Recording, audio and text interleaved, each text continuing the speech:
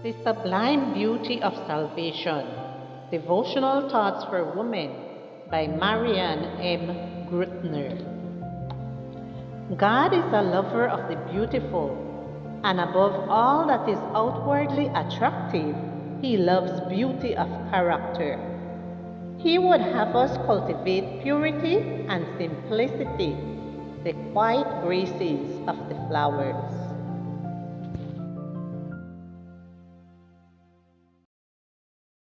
Good morning, dear friends. Today, March the 29th, our devotional is entitled Contentment. Our scripture reading is from Philippians chapter 4 and verse 11. For I have learned in whatever state I am to be content. One of the most striking places I visited was the Mamertine prison in that old part of Rome. A small, damp, dark, and cold underground cell built into the stone with a hole for psychological needs. In that nook, the Apostle Paul, probably sitting with his arms and legs shackled or chained to a soldier, shared one of the most precious practices, contentment. Paul learned to be content in all circumstances, but most of his circumstances were not favorable. How could he always be content? We can learn the following lessons from today's verse. 1. No one is born knowing how to be content. Paul learned contentment. We too can learn this attitude and make it part of our routine. 2. Being content doesn't have to be linked to favorable times only.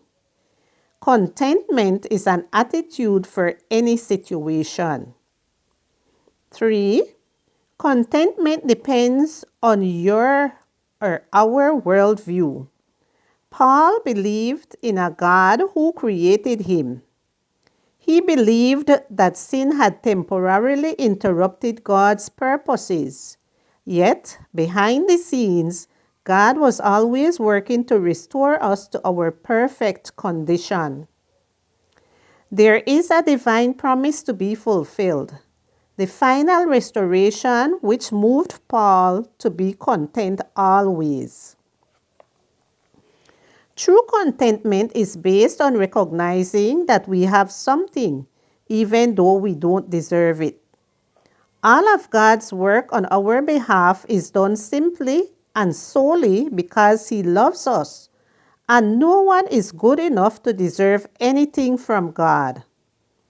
You and I have nothing to recommend us to God but our need of Him. The fountain of true contentment is God, and knowing Him in depth is the way to truly live contentedly in every and any situation.